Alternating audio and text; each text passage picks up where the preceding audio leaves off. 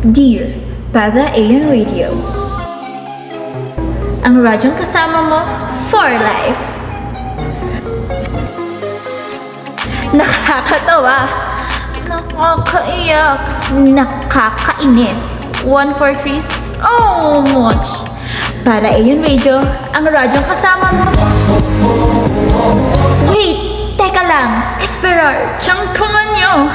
Ang Pada-Eon Radio Podcast na! With a dream turn into a reality. I dream to be the best that we can be.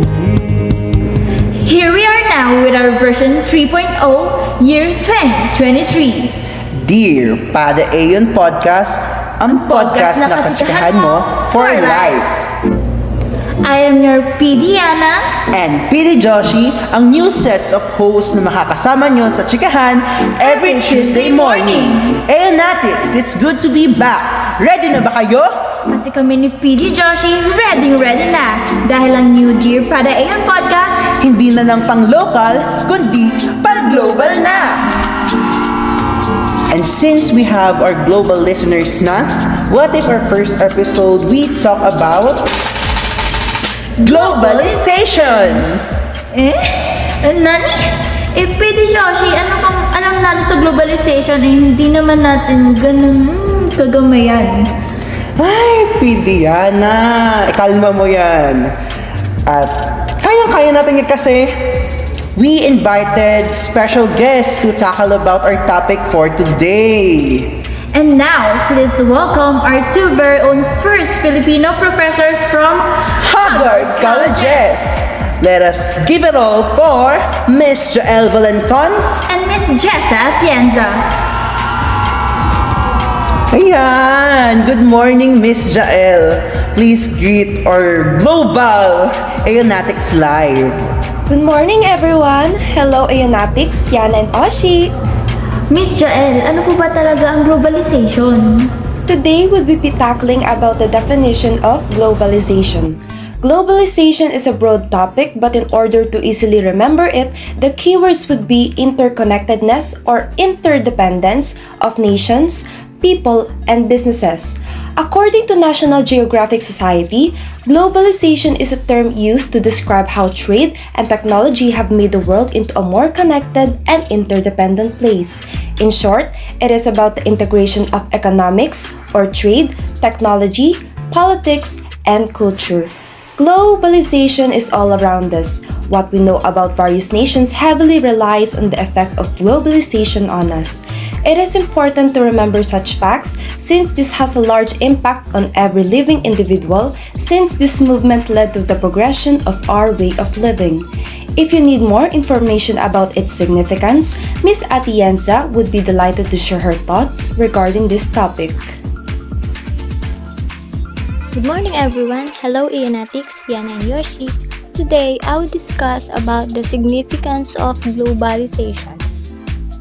Globalization changes the way nations, businesses, and people interact.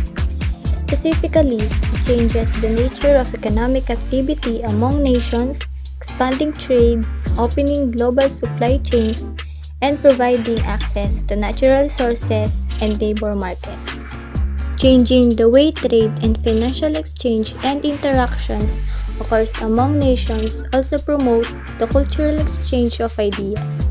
It removes the barrier set by geographic constraints, political boundaries, and political economies.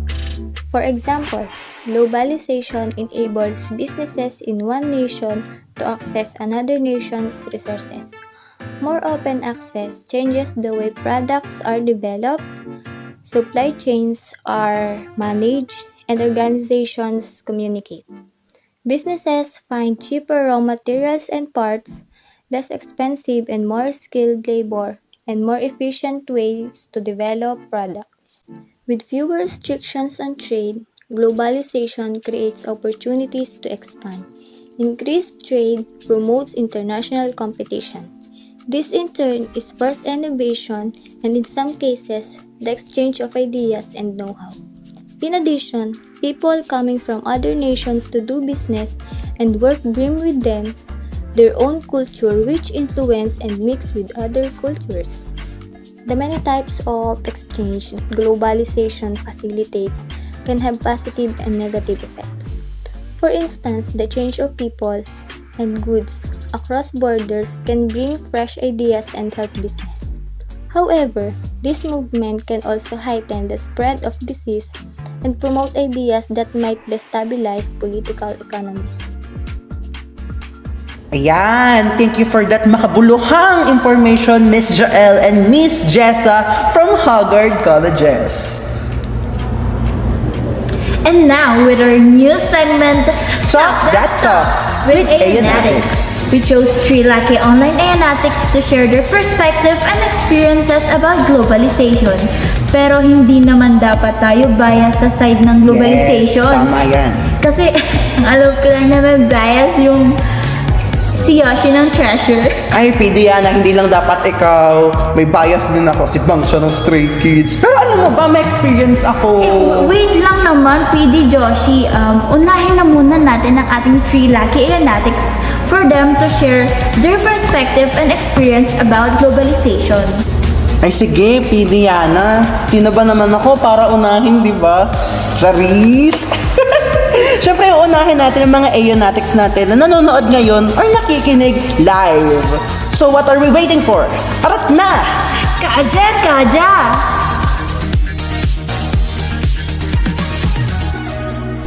Globalization has had a few adverse effects on developed countries. Some adverse consequences of globalization includes terrorism, job insecurity, currency fluctuation, and price instability. Terrorism is a significant problem in most developed countries.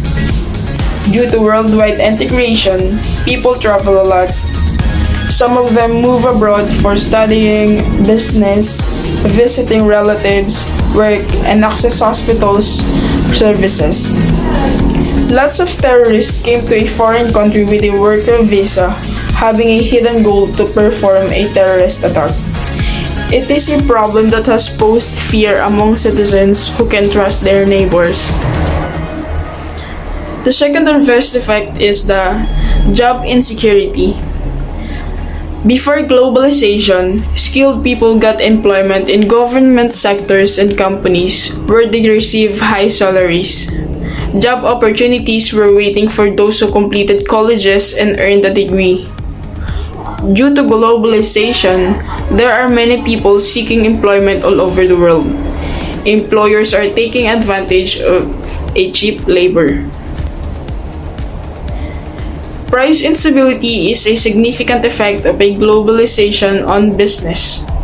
Some people establish industries overseas where they can get cheap raw materials and labor. They can cut production costs and sell their goods at a low price. Due to competition, some high-quality products differ in prices.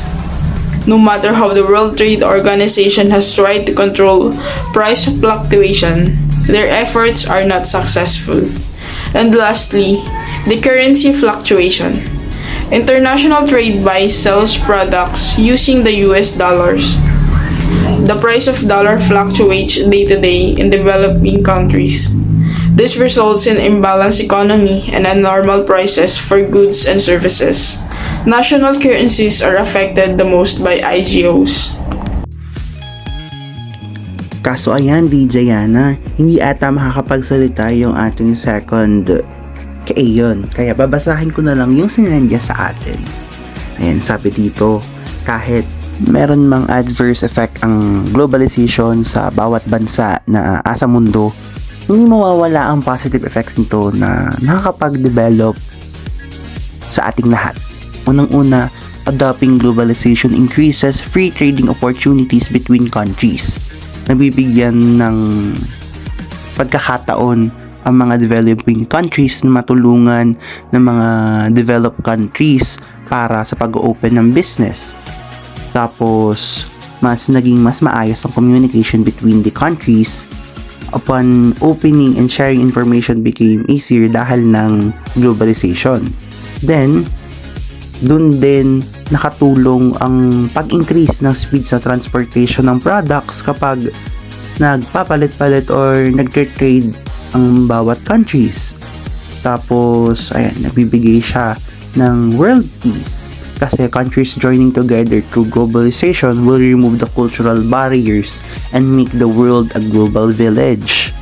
Ayan, parang tinutulungan ng globalization na makapag-adapt ang ibang tao sa culture ng iba na makakapag-result sa world peace kasi may iwasan ang racism at ang pagmamaliit sa iba dahil lamang sa pagkakaiba. Tapos, there is also a possibility of less war between developed countries due to globalization. Kagaya ng sabi ko kanina, makakatulong globalization sa pag-promote at pagpapalaganap ng world peace. In our everyday lives, we, the consumer, knowingly experience globalization. The worldwide development, the movement of people, ideas, concepts, data, money, goods, drugs, weapons, technological advancements, cosmetics, and more. This is not new for everyone.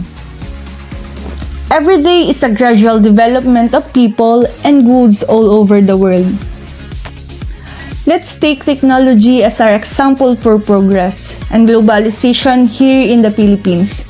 In some cases, Philippines set the record of having sort of weighing incompetent standard progress all over the world.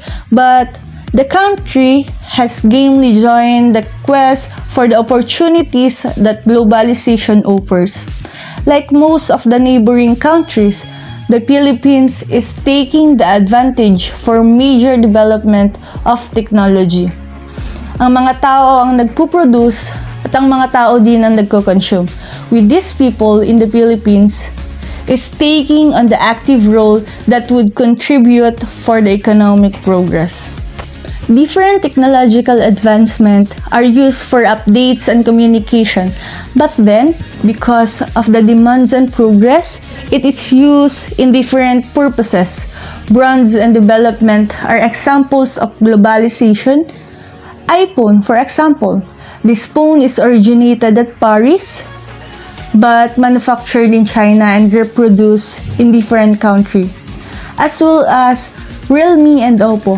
That was the most common phone brands here in the Philippines were from China but reproduced on the other countries.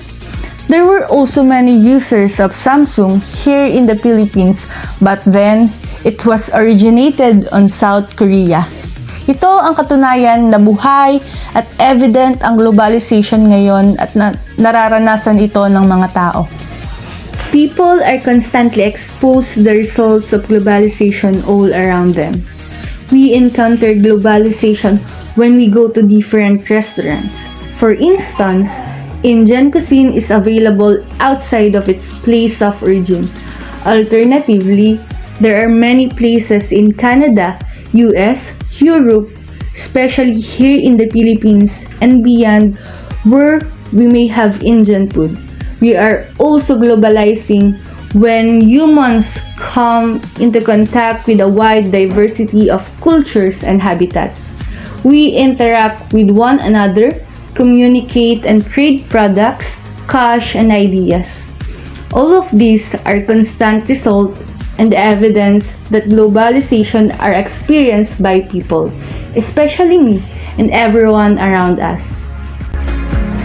Ayan. Thank you for Lucky Aeronautics for that wonderful sharing. Pero grabe, lahat pala talaga tayo, madaming scenarios and stories about globalization, no? Pero, teka lang, Pwede Joshi, baka naman magtampo ka na. Ano ba yung sinashare mo kanina na, ano ba yung experience mo about globalization? Share mo naman na. Oo, experience ko yun about globalization. Kasi sa pagkakaalam ko, isa yun sa globalization, yung pagbili mo overseas ng something na gusto mong bilhin. Yung sa case ko, bumili ako ng album. First ever sealed album ko yun. Ayun. Si ano yung ano yun? Hindi, sige. I-go mo lang. I-share mo yan sa Aeronautics natin. Ano ba yun? Nakakainis kasi. Kasi ang ganda-ganda ng shipping from Korea papunta dito. Tapos pagdating dito sa Pilipinas, biglang boom! Nagka-problem. Na-experience mo na ba yung DJ Yana? Paano ko naman may experience yan? Hindi pa nga ako nakakahawak ng sealed na album. Ano ka ba naman? Sorry na! Pero ayun, buti na lang nasolusyonan siya ng JNT. Kaya nakaligtas ang aking mga babies pagdating sa akin. Sino naman yung na-pull mo na PC dyan? Sadly, hindi si Bang Chan. Ay. Kasi yung sealed album na yun, sa album ng ITZY. Ay, at least same company, di ba? JYP! Wait naman, hindi naman ako papayag na ikaw lang yung mag-share. Yan! Yung sa akin naman, sa market namin, sa palengke, kasi di ba ngayon, nagmamahal na ngayon yung sibuyas. So, sa isang parang stall, kasi di ba maraming tindahan sa palengke, Oo. andun yung mga Tagalog na sibuyas o yung mga sibuyas na galing dito sa Pilipinas. Hindi siya ganun kamabenta, so nalulugi yung nagtitinda. Kasi nga, di ba, mahal na siya. So, Oo. while doon naman sa katabi na stall, ang binebenta niya ay yung imported na sibuyas, yung malalaki na galing ibang bansa. Para bang mas binibili ng iba yung malaki kasi nga mas cheap pa. Malaki na nga siya, cheap pa. Kaso nga lang, hindi ganun kaanghang daw. Grabe talaga ang positive at negative effect ng globalization, no? Oo, parang ang hirap din kung walang globalization. Pero okay din naman na may globalization. Ang hirap kasi although may positive, may negative din na nakaka-apekto sa atin. Pero ayun, maganda naman, mas madami namang magandang nangyari dahil ng globalization. Kaya, ikaw ba yan? Ikaw ba, PD yan? Kung tatanungin ka, pabor ka ba na may globalization sa ating mundo right now? At yan, hindi dapat akong sasagot niyan. Iiwan natin yan sa ating live audience, Aeronautics. Kaya i-comment nyo na yan. Babasahin namin yan sa next episode. Ayan, before we end our first ever episode as podcast, we would like to thank all our guests for today's episode, Miss Jael Valenton, Miss Jessa Atienza, Ayan Lizelle, Ayan Zachel, Ayan AJ, and our sponsor for today's episode, Miss Debbie! Again, this is PD Ana. And this is PD Joshi. Dear Pada-Eon Podcast, Ang podcast na kachikahan mo for life! I guarantee I gotcha. I've been craving for your love. Can't see nobody but us. So I see it from across the room. Make my way over to you. I'm tripping over butterflies.